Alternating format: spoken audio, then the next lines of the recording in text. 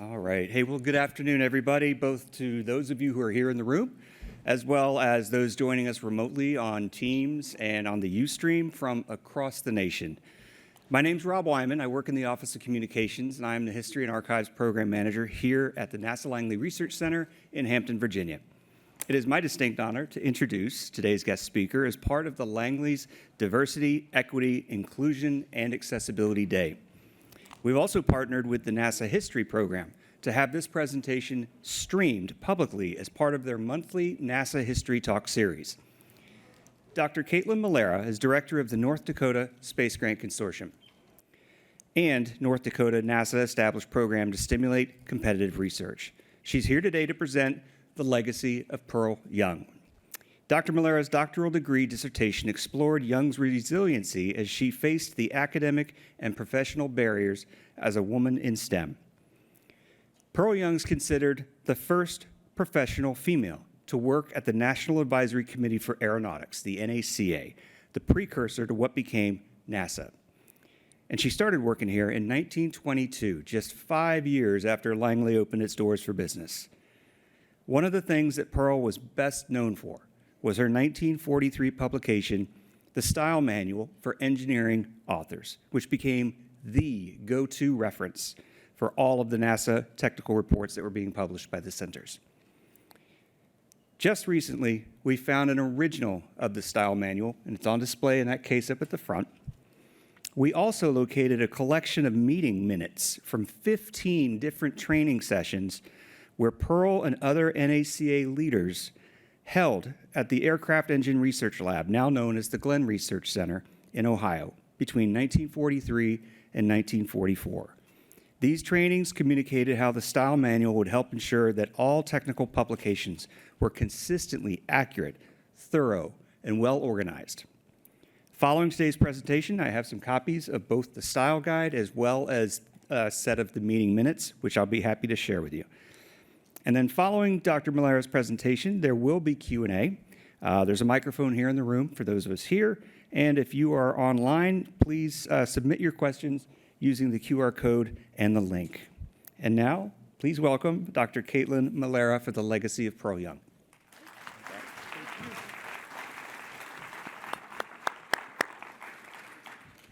Well, hello, everybody. It is nice to see all of you. I am so excited to be here. And on the QR code, also at the link, the tinyurl.com/milera-pearl-langley-sp24 for spring 2024, you can find a link to the slides, so you can have the alt text and the actual electronic version of them, as well as a lot of the resources and the dissertation itself, if you really get ambitious and you want to read that whole thing. And then some other DEIA resources and some of the things we do for North Dakota Space Grant, like accessibility teacher workshops and that kind of thing, too. So, all right. So today I am talking about Pearl Young, and she was just this phenomenal woman that I had the privilege of studying and finding all of these really cool artifacts. So I'm very excited to talk about her today. But before I do, I want to give a huge thank you to all of you for having me today, and to Kim Brush and Alan Kilgore for inviting me in the first place. Just very excited about that. And then as well as the entire DEIA Day team for putting this event together. I'm very honored to be here and to be able to share Pearl's story. So thank you all for having me. And before I begin, I'd like to start with a land acknowledgement. So this is the University of North Dakota land acknowledgement because that's where a majority of my research was completed and where the presentation was designed as well. So today, the University of North Dakota rests on the ancestral lands of the Pembina and Red Lake bands of Ojibwe and Dakota Oyate, presently existing as composite parts of the Red Lake, Turtle Mountain, White Earth bands, and the Dakota tribes of Minnesota and North Dakota. We acknowledge the people who resided here for generations and recognize that the spirit of the Ojibwe and Oyate people permeates this land. As a university community, we will continue to build upon our relations with the First Nations of the state of North Dakota, the Mandan, Hidatsa, and Arikara Nation, Sisseton, Wahpeton, Oyate Nation, Spirit Lake Nation, Standing Rock Sioux Tribe, and Turtle Mountain Band of Chippewa Indians. All right, so an outline for today. I'm going to just give a brief intro on who was Ms. Pearl Young, address that question, give an overview of the research itself, provide some historical context, and share Ms. Young's story discussing some of the barriers that she faced and how she persisted through those barriers.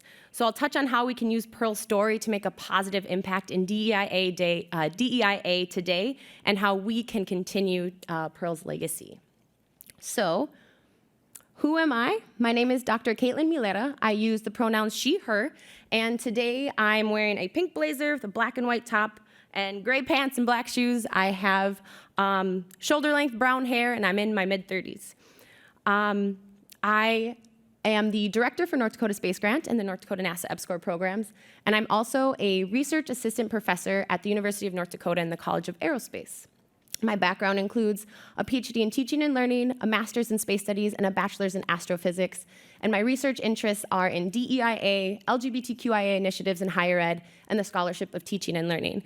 And pictured on this slide are just a few of my family members. I have a very large family, and a lot of them were able to come today to be here, so thank you all for making the trip. So in these pictures are my side of the family, my wife's side of the family, and my Space Grant family, the North Dakota crew there too. So now that you know who I am, just a brief, who was Pearl? Well, she was born a really long time ago. In 1895, she was a scientist, a professor, a scholar, a physicist, a journalist, an educator, a technical editor, and a researcher. She earned degrees in physics, math, and chemistry in 1919 back at the University of North Dakota, and in honors. She was the first female technical employee of the NACA starting here in 1922. And she published that style manual for engineering authors, like Rob said, she's most known for. She actually interviewed Eleanor Roosevelt, and she flew aboard the Hindenburg. So she's done some pretty cool stuff. But that's just a quick snapshot on Pearl. But why are we even sharing her story in the first place? So the underlying motivation for this research was that women are underrepresented in STEM fields. And this dissertation actually grew out of a class project years ago. I took a history of higher ed course, and my professor said, you gotta come up with a topic, maybe pick a person, pick something that was going on in higher ed in history. And I was like, well, I just finished reading the Hidden Figures book, and I was super jazzed about them, and I was like, I wanna do that. And she's like, no, people have already done that research. You can't have that be your class project. And so I was like, well, we have this scholarship named after Pearl Young, and I guess she graduated from here 100 years ago, and she was like, yes, do that. So I was super jazzed to find that a lot of her scrapbooks and letters between her and her best friend had been donated to the university archives, and I had a huge starting point, and it started as a class project, and from there became my dissertation, and there is still so much more to find out about Pearl. So I completed an historical analysis, and let me just tell you that librarians and archivists are the coolest, most amazing human beings on this planet, because every single one that I reached out to sent me stuff immediately, and I was able to go visit them as well. They invited me to come to their libraries and take up time and scan different things.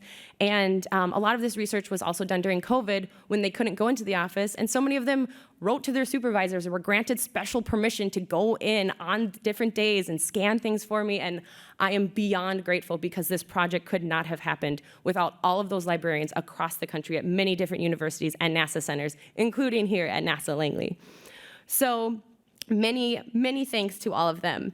I was able to look at things like letters and scrapbooks, photos, enrollment records and teaching schedules, articles, newsletters, her official personnel records, like her performance reviews and salary schedules, and all of those things were really important when I was able to do this research on Pearl. So this historical analysis guides researchers to remain skeptical of the kinds of truths that can be uncovered and mindful of the truths that are buried within the artifacts. So my theoretical framework was informed by critical feminist perspectives, attempting to better understand Pearl's unique perspective and understanding that, of course, I'll have my own biases in this research because Pearl wasn't able to share all of these things in her time. So using this framework to analyze my data revealed the many barriers that Ms. Young faced as a woman in STEM, as well as her persistence strategies. So, as we all know, women were underrepresented 100 years ago in STEM, and they are still underrepresented today. So the concept map that I have included here, based on several research articles, not only provides the context for this specific research, but it also justifies the need for this type of research to be ongoing. And there's a lot of crossover in different, not just women, all genders, and different traditionally marginalized groups and the barriers that they face. So you might even notice that some of these barriers feel familiar to you. I know a few of them feel familiar to me in that you've either experienced them or you have observed them yourself. And so that further justifies the need for this research to continue. And we care because diversity, equity, inclusion, and accessibility are paramount to scientific progress. Like we've heard earlier today, having all of those different voices at the table. And that's one of the reasons we have days like today, DEIA Day. So thank you, NASA, for putting this on so that we can properly address and dismantle these barriers to access to and retention in STEM fields. So another way we can promote equity, in addition to that professional development, is through sharing the stories of role models like Pearl Young, who persisted through these systemic and structural barriers throughout her career. But the barriers that Pearl faced back then were a little different than the environment that we face today. So the context I provide here takes place from about 1914 to 1968, because those are the years that Ms. Young was in college and in the workforce. So some of the barriers that women faced in the past were pretty significant. For example, women weren't even allowed to go to college in some cases. And if they were admitted, they were told to stick to appropriate fields for women, which were definitely not math and science. And even women's achievement of advanced degrees was sometimes in the hands of individual professors at the college who had the choice to mentor or not mentor these women, because professors who did mentor female students were often considered too liberal and would face charges of communism in the 1940s and 50s, a further deterrent to serving as a mentor to women. And then in the workforce, women were expected to be mothers first, the primary caregivers in the family, which inherently put limits on their advancement, as these additional duties made it difficult to advance in their careers. And to protect something known as male prestige in STEM fields, women were often treated as the exception to the rule and fully discouraged from entering STEM. But if they did, men were careful to recode what was considered a prestigious STEM field. And by this, I mean they introduced terminologies such as soft science to distance men from women's work in positions such as technical writers, like Pearl was, or the NICA's early computers, which were women. And referring to societal expectations of the time, former engineer with the NICA and NASA, Edwin Kilgore, said, "There was just a feeling that women shouldn't be engineers, and that's probably the reason there weren't any more of them," kind of encapsulating some of those societal expectations. So now that we know the context, let's talk about Pearl. So in the following slides, I provide a timeline, including Ms. Young's academic and professional career. And throughout that career, she faced these countless gender-based barriers. So I'll highlight just a few of them, such as her attitude problem, the expectation for women to do it all, professional classifications at the NICA and NASA, and some of her performance reviews from the 1940s. And through it all, Ms. Young persisted. So, Ms. Young was born in Teope, Minnesota in 1895. She was the second of 11 children, and she left home at age 11 to work as a domestic so that she could attend school, which was a role where she had duties like that of a maid or a caregiver serving a household. She graduated high school in 1914 in Rugby, North Dakota, with a class size of 7, and 6 of her classmates were women, including herself. She is quoted later in life as saying, "Girls are ruined by dolls. If they would go in for more practical playthings, there would be more women scientists. When I was a girl, I was annoyed when anyone gave me a doll. I smashed them, every one of them." So she smashed these stereotypes and patriarchal assumptions of women's capabilities simply by being herself, which is something that I've heard quite a bit about today, the being your authentic self. So let's explore the years of her academic and professional career. Ms. Young actually attended 3 separate institutions of higher education in her early college days: Jamestown College, Woodworth School No. 2, and eventually graduated from the University of North Dakota with those honors degrees in STEM. She was active in the Young Women's Christian Association, and in her senior year of college, she actually received 2 offers for physics assistantships. So she had to turn one down at the University of Minnesota so she could continue at the University of North Dakota. So in her senior year, she was an assistant, and then after graduating, she became a faculty member in the physics department at UND for 1 year as well. She continued her YWCA duties in graduation, organizing fundraising events, and even attended the 8th International Student Volunteer Movement Convention, where they were focused on finding a solution for the social, racial, and industrial unrest in the world. Ms. Young then took the civil service examination required for employment with the federal government, and she scored well in physics and chemistry. So, a large crowd assembled at the station to bid farewell to their friend and teacher in Alvarado, Minnesota, and she moved here to Hampton, Virginia to start her career at the NACA. So, in fact, her first day here at Langley was this month, 102 years ago. And it wasn't until 13 years later in 1935 when the NACA hired the first female computers. So she was on her own as a woman in a technical field at that time. Her first position at the NACA was as a laboratory assistant, and then she became a junior physicist after taking additional civil service examinations to qualify for the promotion. And of these first roles at the NACA, Ms. Young said, "We made, designed, we repaired, calibrated, everything about the airplane and instruments." And she also worked alongside Henry J.E. Reed, the conference center we are in today, who would later become the engineer in charge, and role now akin to the NASA Center Director. And during this time, Ms. Young transferred between different divisions for temporary assignments due to the changing workloads and priorities of the NACA at the time. And she eventually transitioned to the technical editing side at the NACA.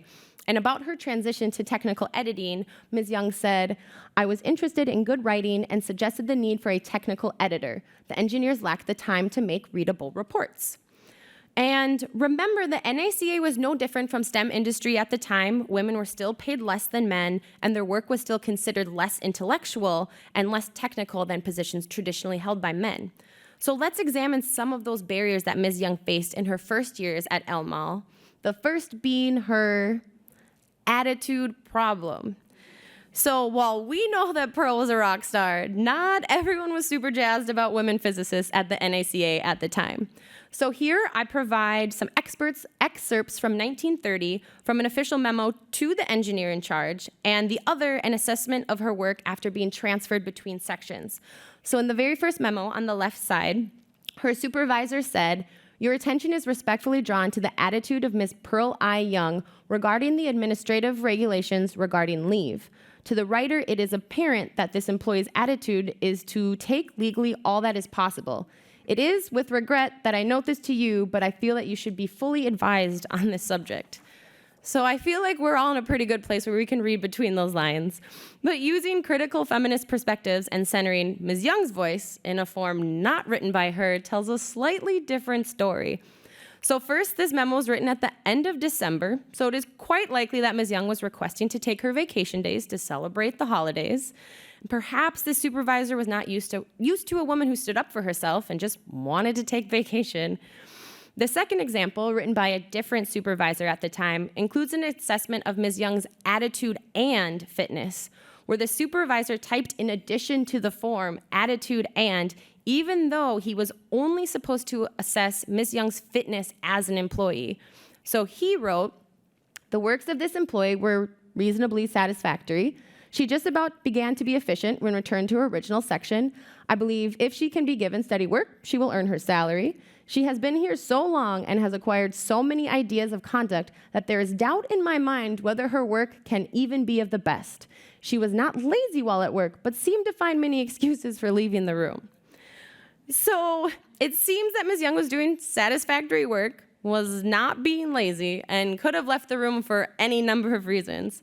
So these examples highlight that perhaps these supervisors were intimidated by a female physicist encroaching on a male-dominated STEM field, directly aligning with the historical context.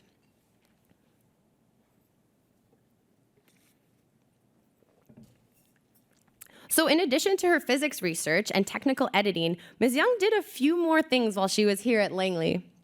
For instance, she enrolled in additional college courses. She studied English at Columbia University Extension from 1932 to 1934, and she took 4 credits of news writing at William and Mary Extension between 1937 and 1939. These were to help her in her role as a part-time reporter and feature writer for the Norfolk Ledger-Star and Norfolk Ledger-Dispatch. She covered so many different things, and this is where her front page feature of her interview with Eleanor Roosevelt came up. And from 1935 to 1936, the picture on the bottom of the slide, Pearl and Henry Reed also arranged a series of presentations for classes for the 26 women at El Mall at the time, and these classes were in various fields of aeronautics, flight, propulsion, engines and cylinders, structures, fuel, and wind tunnels. And this is the closing celebration of the lecture series on the slide, where Pearl and Henry are sharing a medal worn around both of their necks, given to them by the women of Langley who enrolled in these courses. And their medal signifies a fine example of the teamwork of the NACA, the two-horse team. So with Pearl being a team player and a woman of many talents, she was a very versatile employee. And in the early 1940s, the needs of World War II had significant impacts on the charge of the NACA. So it was necessary to transfer these experienced employees like Ms. Young to new locations in California and Ohio, today known as NASA Ames and NASA Glenn, to ensure that they were well prepared to make efficient contributions to wartime efforts. So after 20 years here at Langley, Ms. Young transferred to the newly established NACA Field Center in Cleveland, Ohio, at the time known as the Aircraft Engine Research Laboratory, and later the Flight Propulsion Research Laboratory in 1943. So with many men overseas serving in World War II, this opened up additional technical positions to women, and the NACA experienced a significant increase in the employment of women in the 1940s. Pearl started out as an associate technical editor of the AERL, leading a new technical editing section there. So that's who's pictured on the bottom of this slide. And her editorial office was thought of very highly at the center, as indicated by the quotes provided here. Also pictured on the upper right of this slide is Pearl with her colleagues, each being celebrated for having served 20 years or more at the NACA at what they called the Old Timers Luncheon. So I can tell that being here today, you guys have this pretty fun vibe here at NASA Langley, and it clearly grew out of a lot of different things of fun times at the NACA back then too. So this is when she actually authored that infamous style manual. So Ms. Young's style manual for engineering authors was published in 1943 during her very first year at the AERL. It was instrumental during World War II in allowing for technical reports to include accurate and timely information of wartime efforts. Research entities outside of the NACA also used this style manual for publishing their reports, including the National Bureau of Standards, the Bureau of Aeronautics of the Navy Department, the Weather Bureau, and aeronautical laboratories of colleges and universities. Pearl's style manual was even used around the world and translated into multiple languages. Ms. Young has even been referred to as the architect of the NACA technical reports system. And Ms. Young made these significant contributions to the scientific community while still facing gender-based barriers such as the expectation to do it all. So at the AERL, Ms. Young and her team all held degrees in STEM fields and sometimes in multiple STEM fields. As technical editors, they were expected to not only understand the STEM content included in the reports, they were also expected to be experts on the grammar and the form of each of the reports. They were sometimes asked to teach. For example, Ms. Young taught many evening courses on technical writing for the engineers. And even with these extra duties, women at the NACA were still paid less than their male colleagues. In her letters, Ms. Young often wrote of being overworked and underpaid.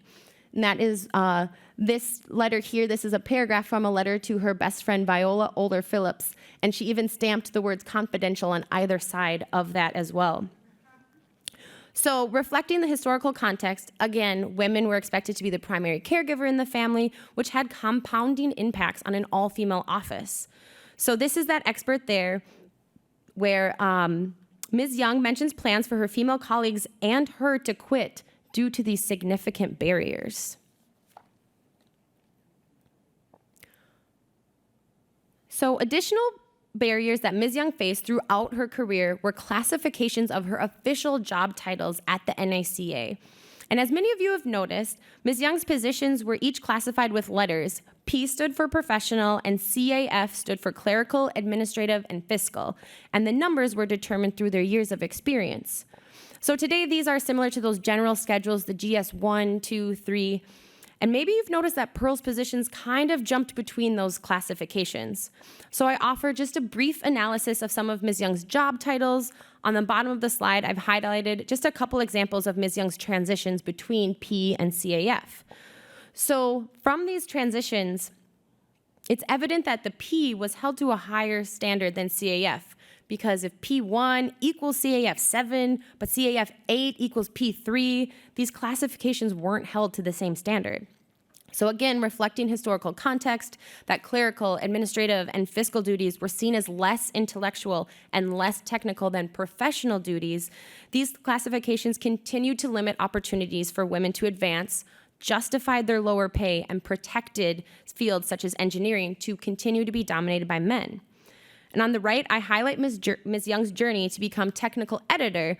And the reason I do so is because I noted that multiple sources had incorrectly stated that Ms. Young noted the need for a technical editor and was promptly given the position, but that wasn't the case. So not only did it take 3 years for Ms. Young to transition to technical editing after suggesting the need for it, it would be more than a decade before Ms. Young was given the title of technical editor, a title she arguably earned years prior, and still not even until 6 months after she published such a widely used and impactful style manual.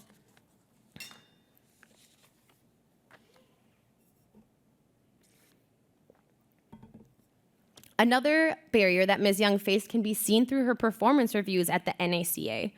On each one, she was given the overall rating of excellent, which was the highest rating, and she was also rated on individual elements with a plus sign, a check mark, or minus sign, indicating outstanding, adequate, or weak performance. But the only areas where Ms. Young did not receive a plus sign for outstanding performance were her cooperativeness, effectiveness in presenting ideas or facts, and presentability of work, which is reflective of even current perspectives, where girls are celebrated for their neatness and cooperativeness rather than their intellectual abilities. So it was quite possible that Ms. Young was being held to these gender-based standards.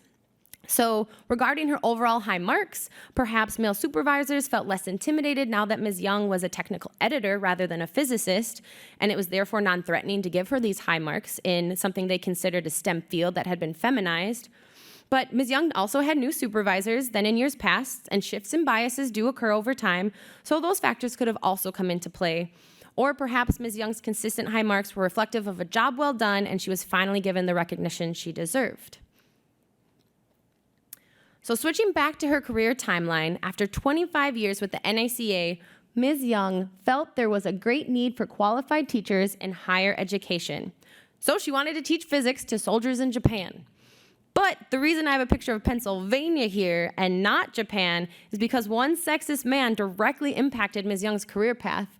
General Douglas MacArthur is quoted as saying, "There will be no women physics teachers in Japan as long as I'm in command." So Ms. Young still became a physics instructor, but she just went somewhere else. So this general was not alone in his sexist opinions of the time. In 1956, the National Science Foundation published a report titled "Women Are Not for Engineering." So societal expectations were pretty clear. And at the time of that publication, Ms. Young had already been teaching engineering and physics for almost 10 years. So after 10 years, though, the student population had changed, and Ms. Young wanted to return to research. So she did. She spent her final years of research in a few different places. First, she completed both scientific and historical research at the NACA and NASA back in Cleveland, Ohio, under the new title of Technical Literature Analyst. She was even competitively awarded grant funding to travel to France to complete historical research on Octave Chanute, who was seen as the father of aviation. She continued her work on early aviators and resigned from NASA in 1960. So Ms. Young again taught engineering physics at another university, Fresno State College, for one academic year, marking her third position as a physics faculty member, and then she retired to continue her historical research. Pearl briefly resided in Pennsylvania and ultimately returned back here to Hampton, Virginia in 1964.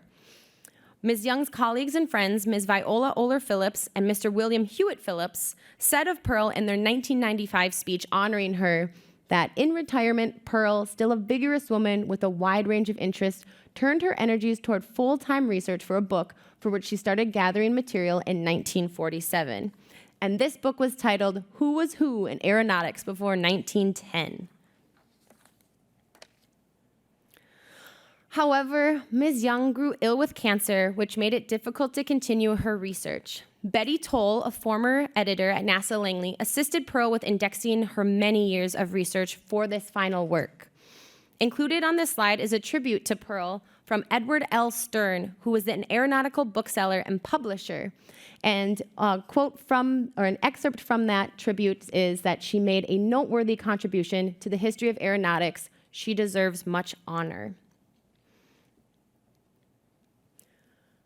And so while Pearl was ill with cancer in her final years, she remained steadfast to her passions. She even wrote this farewell letter addressed to her friends and her relatives 2 years before she passed. So I offer just a few excerpts from this letter as well, where she says this farewell letter should be interpreted not in sorrow, but in peace and hope. Friends here and all over the English-speaking world give me constant love and care. She even said the physicians were exactly to her taste.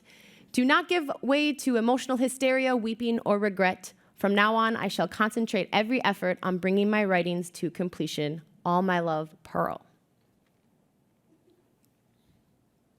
So some of the final themes that came through in my historical analysis of Ms. Young's story revealed that she persisted through advocacy, connectedness, and being true to her authentic self. So first and foremost, Ms. Young was an advocate for herself and for others. She regularly challenged authority or male engineering colleagues who were not too happy when their reports were edited by women in the editing office. She regularly recognized others' talents and accomplishments. She had to prove herself, and there was often a need for persuasion to get things done. So here I include specific examples of times that Ms. Young stood up for herself and for others. She wrote a memo for her close friend, Ms. Viola Oler Phillips, to rightfully be assigned the lead of the technical editing section here at Langley when Pearl was transferred to Ohio. She stood up for colleagues when they were wrongfully accused of making mistakes. She proposed multiple times that her editing section be classified under the research division, and she asked that both she and her colleague, Ms. Viola Oler Phillips, be invited to attend meetings at the Washington office. After all, they were the experts, but each time she got a resounding no. And in her letters, Ms. Young often referred to each of these acts as raising hell. Ms. Young also persisted through these barriers by connecting with others. She had many friends. She lifted others up. She made sure to give credit where credit was due. She was generous even with strangers and donated $15,000 in her will for the construction of benches and shelters at bus stops right here in Hampton, Virginia. For her style manual, even, Ms. Young gave great credit to a number of individuals in a 1946 Wingtips article, which was an agency-wide newsletter at the Cleveland office at the time. And in this article, she listed the individuals by name as well as their specific ideas, rather than listing a blanket statement of acknowledgement. And that was in something called the Report's Laboratory Product. Pearl was even a world traveler. She visited Europe 3 times throughout her life, and she joined a University of North Dakota alumni trip to Hawaii in 1960. Her colleagues stated, she has an unusual faculty for keeping in touch with her friends, and when traveling, as she frequently does, Ms. Young spends much of her time renewing friendships. And finally, Ms. Young persisted in simply being her authentic self. She held dynamic identities and viewpoints and experiences. She was a lifelong learner and educator, and she was pretty adventurous. In her scrapbook detailing her 1927 trip to Europe, she wrote, "The Channel is opening her arms to us. The queer uneasiness returns. A whole continent of irregular verbs is waiting." She later in life received recognitions as well. She, in 1967, earned the UND Sue Award for her professional achievements and loyalty and service to the university. And here, in 1995, the NASA Langley Pearl I. Young Theater was dedicated in her honor. And pictured here are those friends, Mr. William Hewitt Phillips and Ms. Viola Oler Phillips, doing the ribbon-cutting ceremony. And again, in 2014, a new theater was dedicated for her, just down the hall from us, in her honor. And finally, in 2015, Ms. Young was inducted into the NASA/NACA Langley Hall of Honor, which I got to see yesterday around the corner, so that was pretty cool too. So, my final assertions are the following: that Ms. Young's academic and professional experiences were significantly impacted by her gender. As a woman in STEM, Ms. Young persisted through countless barriers put in place by patriarchal infrastructure, and Ms. Young's strategies in persistence included acts of advocacy, establishing a sense of connectedness, and remaining true to her authentic self. So in conclusion, we know women are still underrepresented in STEM fields, and those barriers still exist today. But the focus should be on the environment and not persistence alone. Today, we are better positioned to both address and dismantle these barriers. So my goal is to continue to both share Pearl's story through articles and hopefully future books. And I've been recently communicating with Pearl's great-great-niece, who reached out to me just a couple months ago, and we found way more research to be done and more materials to go through, which is really exciting. So I can hope to continue to share Pearl's story, as well as I suppose my message here today is for each of us to play a role in ensuring that DEIA stays a top priority in STEM fields and at NASA. In each of today's sessions, we've already learned so many strategies and added resources to our own toolkits to be agents of change, much like Pearl. So while she faced many of these barriers at a time when DEIA was not a focus, we are much better positioned today to minimize and eliminate these barriers when possible. And every action that we take matters. So we can all be like Pearl by dismantling barriers through advocacy for ourselves and for others. We can focus on changing the environment to welcome our authentic selves. And we can center DEIA in our practices, inviting everyone to the table. So again, a huge thank you to all of you, the DEI Day attendees, to the DEI Day team, and everyone here at NASA Langley, as well as the many librarians, archivists, and contributors, and to my family and friends for coming today and supporting me throughout the entire research process. And we were talking about this the other day too. Some of that old-timey cursive was really hard for me to translate, and my parents and grandparents were really helpful in that as well. So a big thank you to all of you for those things. And that is what I've got for you today. So thank you.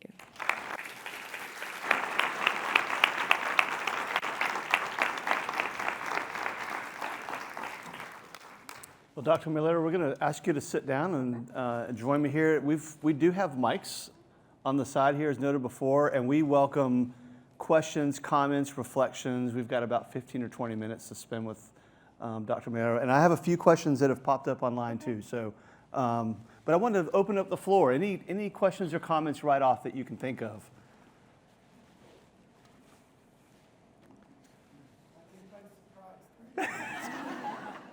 So my question, and appreciate your sharing this story, because I've been here for a long time. In fact, I was probably here for a couple of those last pictures, and there's a lot of her story that I did not know.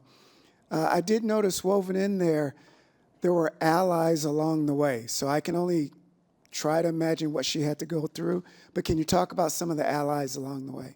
Yeah, absolutely. Thank you for that question. I think one of her biggest allies was that Henry J.E. Reed, one of the very first people that she got to work with here at the NACA, and then was the engineer in charge too. And she did have quite a few of those allies as her actual colleagues and friends, and she mentioned them throughout the letters too. And I think it kind of comes down to what the panelists were saying too, of that be a good human. And I think that they were just being themselves too and being like, well, this is the right thing to do, so let's just make sure Pearl, with her great ideas, has a place here, and transferring her to the right sections and that kind of thing. So I think back then, they didn't call it DEIA, right? But that's what they were doing through their actions too. All right, nice.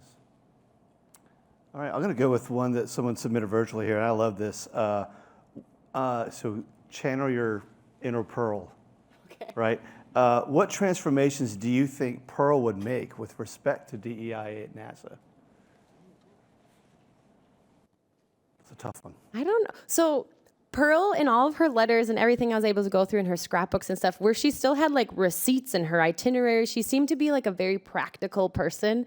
And she, so she grew up as like a farm kid in North Dakota. And so I think that kind of like fed into the person that she was and like the way that she carried herself and just kind of doing the right thing too. I feel like if she saw the DEIA Day stuff that was happening here at NASA, she would be like, yeah, that's just what we're supposed to do. Like this seems great.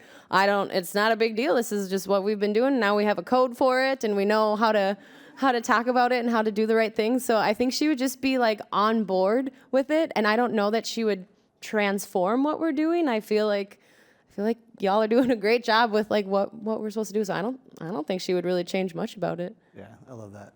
Is there, what have you been most fascinated with in this kind of journey about her? I actually used to think history was super boring, but you finally get that one teacher that kind of sparks an interest, and then my advisor, Dr. Deb Worley, was actually that one for me that really got me going into history, and just learning about all the cool things that happened, right? And the older I get, I realize the more open-minded I get too, and having these new experiences and meeting new people and learning about the things that people have gone through too, and then just being wowed by the type of person Pearl was to like go through these things, right? Where everyone's like, well, that's just the way it was, and thinking it's not that big of a deal, but you're like, it's kind of a huge deal that you did all of these amazing things, which to her probably were just like, yeah, I was just doing my job, and this person should have been the lead there, and this was the right thing to do. And so I think that's kind of been one of the most fascinating things about it, is just Pearl was just another person who just happened to be the first woman physicist at the NACA, right? Like she's just like, I just want to do physics, and I guess I have to be the first. So, I think it was like that. Yeah, I love that. Any other questions from the room? Yeah, there you go. Hey, Caitlin. It's good to see you, and thank you for sharing this. My name is Joletta Patrick. I'm with NASA Headquarters Engagement Equity. My question is actually kind of just a simple one. With some of the performance comments that you shared with us or that you came across, did you find that any of the reasons were actually like logistical? Like when you shared the performance statement where she was leaving the room a lot, it made me flash back to the movie Hidden Figures, of where, Catherine was leaving the room a lot because the bathroom was on the other side. So were there any like nuggets in that realm of where that, hey, this perception of her was really something else more logical or logistical? Does that make sense? Yeah, I think that's an excellent question, Joletta. I would definitely have to go back and look in that too, but I got pretty familiar with doing the qualitative research on this, right, and all the coding and doing all that fun analysis stuff too, so I'm sure I could try to find some more of those things, but I think that's a really good point, because you would have to think about that and dig deeper to find that, right? Because even from the perspective of her supervisor, it's like, well, she's not in the room. Like, what is she doing? Like, she should be working. Whereas, like, now we would kind of question, like, oh, did they not feel comfortable here, not comfortable sharing their ideas? Or is there a bathroom for women in this building? You know what I mean? So, like, I think we'd have to dig further to do that, but that would be a really cool thing to do. Makes me wonder if she had secret messages that she slipped into drawers for other women who would follow her, and that, yeah. I have one from online. If feel free to move to the mic if you want. Would you be willing to share what you personally found to be the most impactful piece of literature in your research? These are tough. Tough questions. The most impactful piece of research? Or maybe one that just resonates with you and through the process. Yeah. I mean, it was pretty wild to me to see that 1956 publication of the NSF that was specifically titled Women Are Not for Engineering, which was kind of crazy to me after people, like women had been in engineering that whole time too. So it was pretty profound for me to be able to look back at some of the more historical things, because I'm really familiar with like a lot of the research, as most of us are too, right? The research that's done today on different underrepresented and marginalized groups that are traditionally left out because of structural barriers that maybe people aren't recognizing. And so we read those articles all the time and know how to make improvements. But I think, yeah, some of those profound ones were maybe way back when kind of things, like oh my gosh, so like some of those wingtips articles, so those were like the newsletters that the NACA had, that they were just like the monthly newsletters or weekly newsletters that they had going out at the center. And you look at the ads in those, right, where it shows women doing very stereotypical things, or there's like race barriers or gender barriers that you're seeing in those that were just the commonplace, like, oh, that's the ad. And they had like a women's section, and like, oh, I went through the newspapers too, like really old newspapers from the Library of Congress, and they would always write, Pearl was in the newspaper 1,000 times, because back then in North Dakota, they would write in the newspaper if you went to a friend's house for the weekend. So I was able to like track where she was, which was really cool too. But like seeing the ads in the newspapers at the time too, that you're like, of course women didn't go to STEM back then, because it shows pictures of women doing this or that. And so I think those were probably the more profound ones to me. I like that. Thank you. Yeah.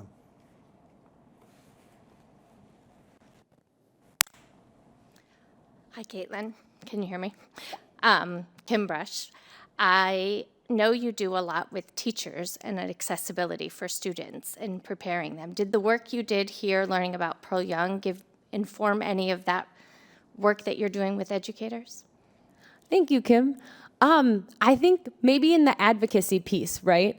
So like Kim said, so with the North Dakota Space Grant Consortium, we partner with the South Carolina and North Carolina Space Grant Consortia too. And actually in 2021, we got to come here, so thank you, NASA Langley, during the COVID times where we were going to have a teacher workshop here, but of course we couldn't have a in-person one. So we recorded some videos on the lesson plans in the recording studio, which was really exciting.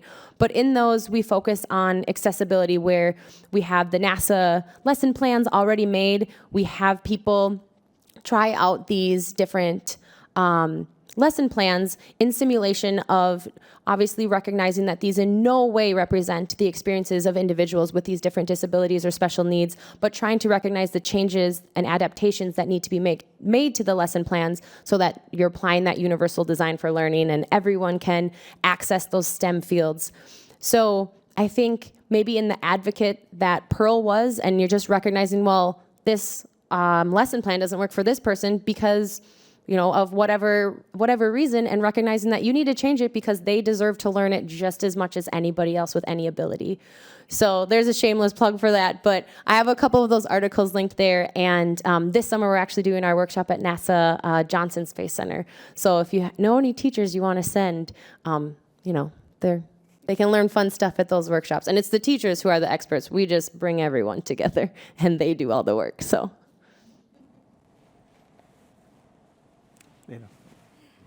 Hi there, Neida Abreu. I wanted to pick your brain, your social science brain, and I don't know if this is a trend that exists across the board, but thinking about the early history of aviation, there were a lot of women involved, both in flying and in other aspects of aviation.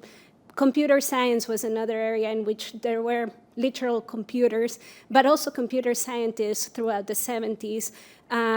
I was curious if there's any studies that talk about where in the curve of the growth of some of these fields there's a change in which you go from having an even distribution of people who are interested in these fields regardless of gender, and where it becomes this male-dominated field, and what we can do to overcome that loss of talent that might be associated with it? I think that's a really good question. And I would have to look, of course, to like kind of see like which decades and which, because I know that those reports exist, right? Where they show the trends of which percentage of the demographics are in computer science or biology or different fields throughout time. And it's, of course, getting more and more diverse throughout time too. But I think what we can do is continue to share like the role models and the stories, right? Like if you can see it, you can be it kind of thing. So I remember in undergrad in astrophysics, I finally had like a female faculty member in my later years at the university in undergrad. And I was finally like, yes, this is what I've been looking for. And then everyone wanted to do their research with her. And she was going on sabbatical that year. So we had to find somebody else kind of thing, right? But like, just seeing that and validating that you belong in that position. Because when I first started, I definitely got professors telling me I did not belong in that position. And I'm sure we've all had that in one way or another. And so finally, like seeing that person or sharing those stories or being like, did you know that there was a physicist 100 years ago? Like, you belong here. Like, you can do these things too. I think just kind of sharing those things for people, those role models, and even like the near peer role models make a really big impact for them too. As much as you know about NASA, what job do you think you would have today? Yeah. So maybe NASA Center Director, Yeah. right? You didn't see it. Clayton raised his hand and said, my job. Yeah. But honestly, I feel like she would be happy doing that research still, right? And trying to share those other stories, which I think is really cool that she transitioned throughout of doing the science and then being like, well, we need to communicate the science better. Well, now I need to teach people how to do the science. Well, now I do to research the people who did the science before. So I think that's really cool that she kind of went on that trajectory too. So I bet she would still be writing that book and gathering more stories and being like, all right, what did you do? I'm going to write that down. I'm going to share that with everybody kind of thing. But maybe she could do that in a role as a center director too. I don't know.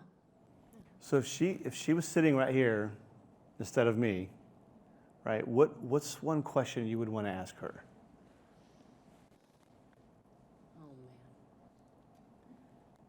Awkward silence. Give you a second. Yeah, that's a tough.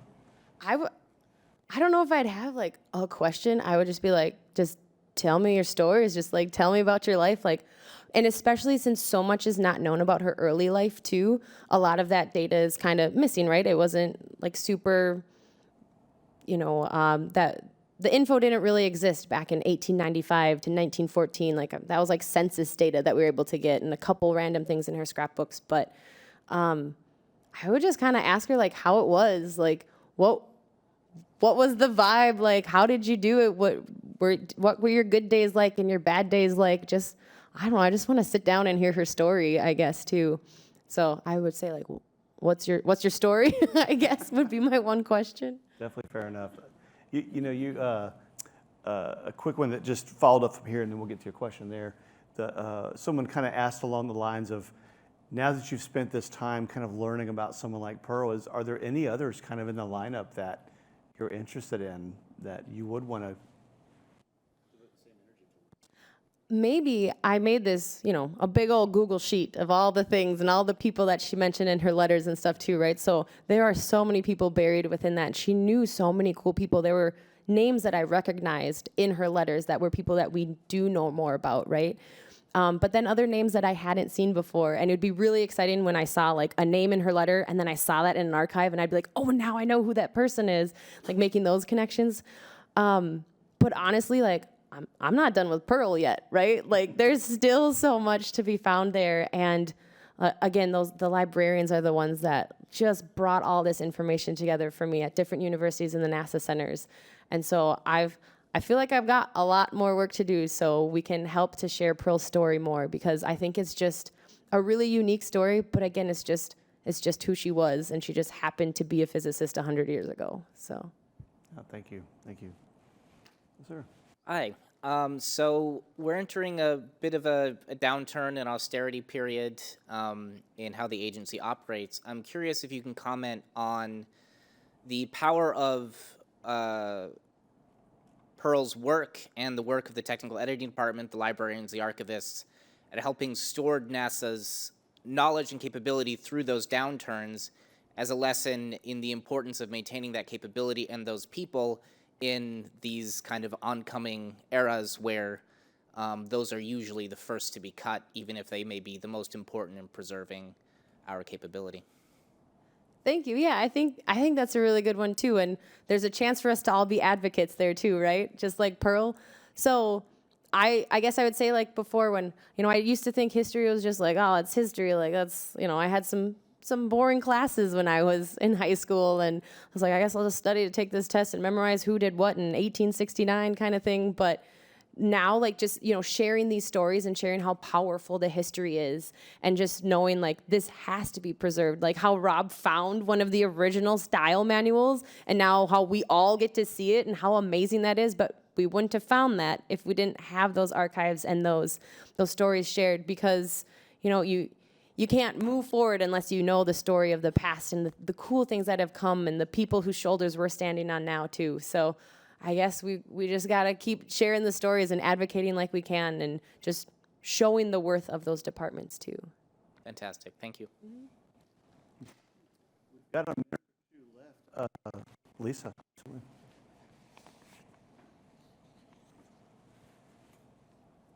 So this is really more of a comment based on one of the quotes from somebody pretty high in power, general, I forget his name now, right, that women will never teach whatever in Japan as long as I'm in charge. It just strikes me that the words of people in power or in position, that the impact and the effect that that can have. And I think we all need to internalize that and be cognizant of that, right? That people do look to us, all of us, and the way we behave, the way we communicate, sends signals and it sends messages. And I think we were all like, oh my God, somebody actually put that in print. Well, you know, again, you know, she didn't let that stop her, but who was there to say, you know, that's not right, right? Either, you know, retract it or something, right? We have that ability today. And so it's just really a comment that, you know, we need to be open to that kind of environment that says, no, that's not right. And we're going to call it out and make sure we do make it right. So thank you for sharing that, because she did have tremendous barriers. And that one struck me as, you know, somebody in power, that's hard to counter, right? So again, thank you for sharing that. Yeah, absolutely. Any final thoughts you'd like to share with the world? People that are, there's a lot of people probably dialing into, listening in, so any final thoughts? I would just say that I do think there's a little bit of Pearl in every one of us, and we definitely have these abilities to advocate, connect with others, and like you all said earlier today, which totally rings true with me, it's just feel free to be your authentic self, because then it invites others to also be their authentic selves, which I thought was just wonderful. So yeah, go forward, do like Pearl would do, kind of thing, you know? So yeah. Thank you very much again for joining us. A round of applause. Yeah, absolutely. Thank you.